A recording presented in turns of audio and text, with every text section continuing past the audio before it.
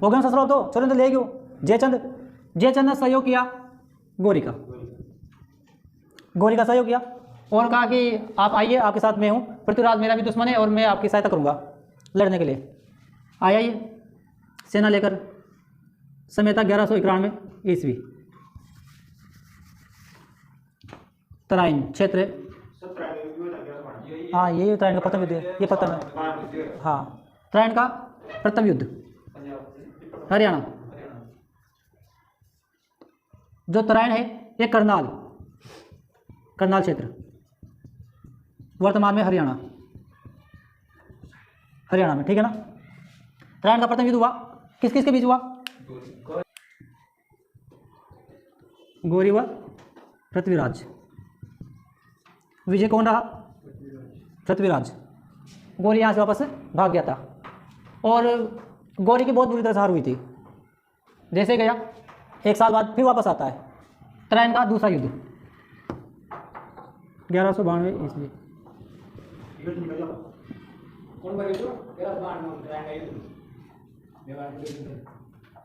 समर सिंह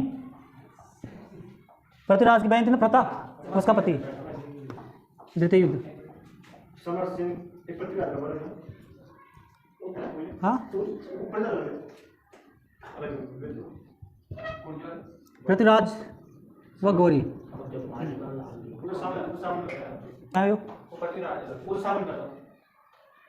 पृथ्वीराज के साथ में इसका बंद हुई।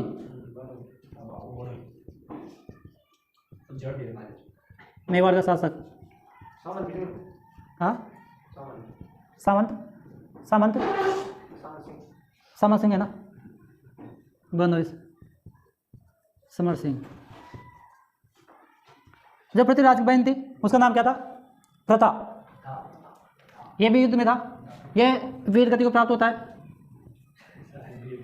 ठीक है, आसान है मरेगा तो। पृथ्वीराज पराजय होता है, विजय गौरी की होती है। अब देखो यहाँ से पहले देखो ये था, देखा था अपन, ये चला अपने पृथ्वीराज के रास्तों के अनुसार, ठीक है। परिस्था क्या कहता है? विद्वान है। परिस्था ये कहता है कि जब मोहम्मद गौरी वापस पृथ्वीराज पर अटैक करने का आया तो इसने छल नीति का प्रयोग किया, यानी कि एक दूत भेजा कि ऐसा करते हैं आप हमसे संधि कर लीजिए पृथ्वीराज के पास में, यानी कि छल से जीतने का काम किया था। तो पृथ्वीराज उस संधि के अंदेशे में रहा। समय यही है 1192 ईस्वी का। ये निश्चिंत होकर अपने सुबह अपने कार्य में लगे हुए थे। गौरी ने पृथ्वीराज के ऊपर अटैक किया था मॉर्निंग में, रात के मॉर्निंग में, सारे सैनिक बिखरे हुए थे। पृथ्वीराज इसका प्रिय हाथी है, उसका नाम है उदयगिरी। हाथी प्रिय हाथी है उदयगिरी हाथी बैठकर लड़ने के लिए आया।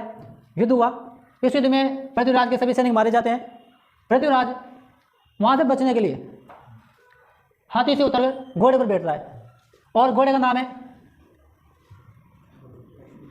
भाई हाथी का भाग कौन ज़्यादा, तो घोड़ा भाग जाओ। तो इसका कोई व्यक्ति था जिससे मंगवाया कि यार घोड़ा लिया कि अपने यहाँ से आके तो अपने यहाँ से निकलना है, तो घोड़ा मंगाया।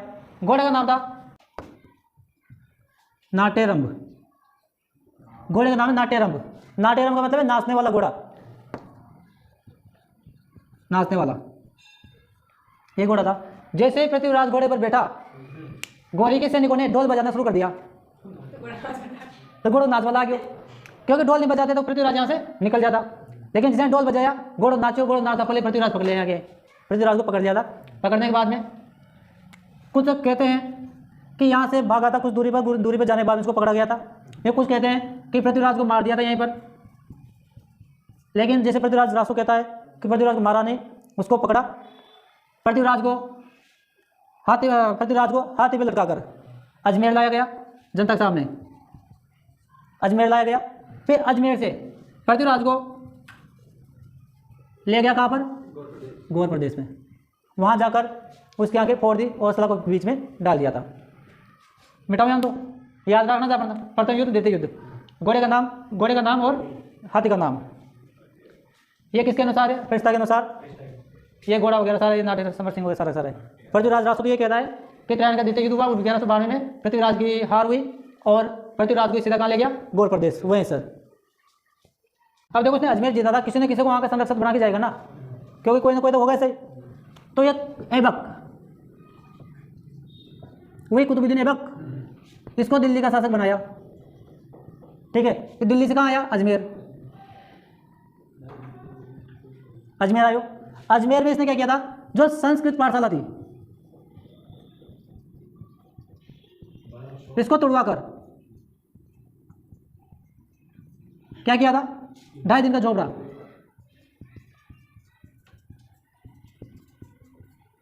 का निर्माण करवाया। संस्कृत पाठशाला को तोड़वाकर इसने दिल्ली में जो कुतुब मीनार है ना, उसकी प्रथम मंजिल बनाई है, ओनली प्रथम मंजिल है। दूसरा शासक आएगा, इसने क्या किया था, प्रथम मंजिल बनाई थी, ठीक है। अब वो उसको कहाँ ले गया था, गौर प्रदेश में। गौर प्रदेश गजनी को शौका नहीं होगा, होगा ना। पृथ्वीराज को कहा भाई एक बार तुम बार छोड़ दे, तू मैंने एक बार छोड़ दे, छोड़ो होगा नटा ज़्यादा हाथ लागियो, किसने छोड़ दे, उन्हें याद ना छोड़ो, अगर तू छोड़ दूँ ना तो मैंने फिर देखो, मार फिर देखो कहीं भी छोड़ू। फिर इधर कौन बचा यहाँ पर, चंद्रप्रदाय। इन्हें सोचिए यार, आप भाई लो हर समय साथ में रहो, और पता ना है साथ कहीं ना करें ले रहा है ना। ये जो यहाँ का सैनिक वहाँ को तो बड़ा भी करा, गीत गाकार वहाँ को उत्सावर्धन करा जा, पे यहाँ के पास आसपास कौन गया तो वह ना मारा जा।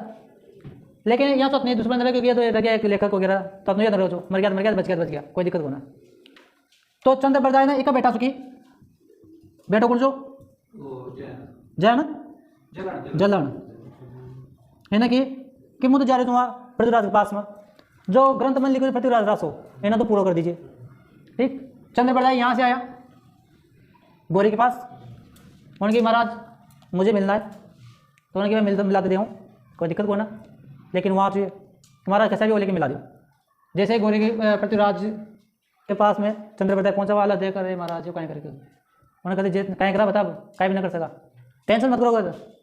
सुबह दरबार लगेगा, दरबार में आपको बुलाया जाएगा, मैं भी वहीं पे रहूँगा, मैं शब्द बोलूँगा और शब्द के आधार पर ही आपको बाण चलाना है। शब्द वेदी बाण का प्रयोग करना है। दरबार लगा, दरबार लगने के बाद में यूँ कहा पृथ्वीराज के बारे में चंद्रप्रदाय ने, सुल्तान, वो सुल्तान है, सुल्तान मेरे तो स्वामी ऐसे है जिसके आप बराबर कुछ भी नहीं कर सकते। मेरे स्वामी शब्द के आधार पर बाण चला देते हैं और उनका निशाना एकदम सटीक है। तो गौरी ने सोचा यार ऐसी कला तो मैं भी देखना चाहूँ, बुलाओ पृथ्वीराज ना और मेरे लिए कला का प्रदर्शन करे, क्योंकि आगे फोड़ दूँ उनकी, तो इस कला को हम भी देखना चाहते हैं। फिर वहाँ पर उसको पृथ्वीराज को बुलाया जाता है, फिर कहते हैं 24 बार अष्टंगुल प्रमाण तक तो बैठा है सुल्तान मत चुके चौहान, यानी ये बात कहते हैं सुल्तान को मार देता है बाण चलाकर, तुरंत नीचे आ जाता है। वो नीचे आओ मतलब मर गयो। जैसे ही वो बाण चलाता है सुल्तान मरता है, तुरंत चंद्रप्रदाय अपने पास से खंजर निकालकर पृथ्वीराज को मार देता है और खुद भी मर जाता है, क्योंकि वो नहीं मारता तो सैनिक उनको मार देते, यानी दोनों साथ में मरे थे और साथ में जन्मे थे, ठीक है।